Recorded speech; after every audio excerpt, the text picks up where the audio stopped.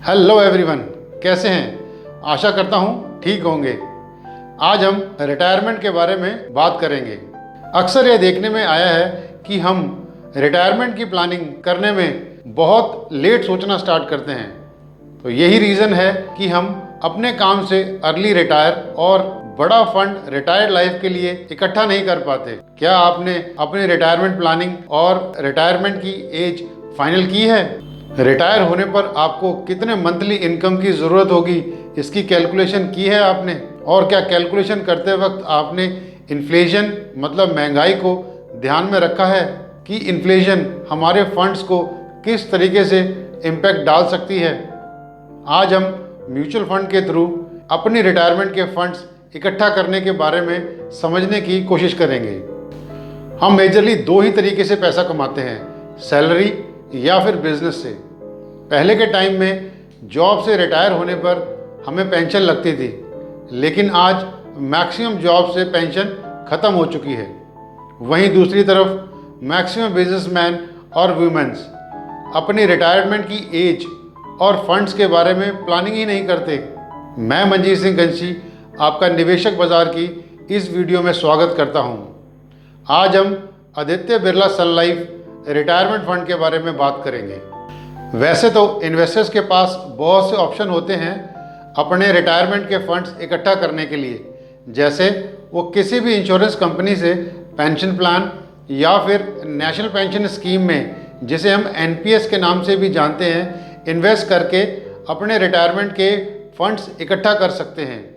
वहीं दूसरी तरफ मैक्सिमम म्यूचुअल फंड कंपनीज भी रिटायरमेंट के फंड देती हैं, जैसे Aditya Birla Sun Life retirement fund, HDFC retirement savings fund, SBI retirement benefit fund, Nippon India retirement fund and so on. आज की वीडियो में हम Aditya Birla Sun Life mutual fund के रिटायरमेंट फंड के बारे में समझने की कोशिश करेंगे। Aditya Birla Sun Life retirement fund एक open ended multi cap fund है। इस फंड में इन्वेस्टर्स का पैसा 5 साल के लिए या फिर up to the age of 60 lock in रहता है। इसको हम दूसरे तरीके से समझने की कोशिश करते हैं। सपोज एक इन्वेस्टर्स 50 साल का इसमें इन्वेस्ट करता है तो उसका इन्वेस्टेड अमाउंट 5 साल के लिए लॉक इन रहेगा। वहीं दूसरा इन्वेस्टर्स 57 की एज में इन्वेस्ट करता है तो उसका फंड 3 साल के लिए लॉक इन रहेगा।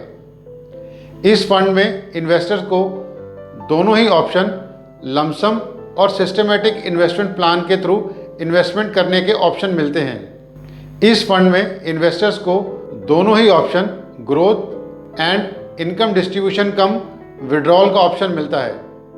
इस फंड में इन्वेस्टर्स दोनों ही तरीके से इन्वेस्ट कर सकते हैं, लमसम या सिस्टमेटिक इन्वेस्टमेंट प्लान के थ्रू, और मिनिमम रिक्वायरमेंट दोनों ही के लिए 1000 रुपये की है। इस फंड के 2 फंड मैनेजर हैं, mister Ajay Garg and mister Harshil Shubhamkar. दोनों ही fund manager highly qualified and experienced हैं। Aditya Birla Sun Life retirement fund अपने इन्वेस्टर्स को उनके रिस्क लेने के हिसाब से इन्वेस्ट करने की अपॉर्चुनिटी देता है, जिसके लिए वो इन्वेस्टर्स को 4 ऑप्शन देते हैं। पहला, Aditya Birla Sun Life retirement fund plan 30।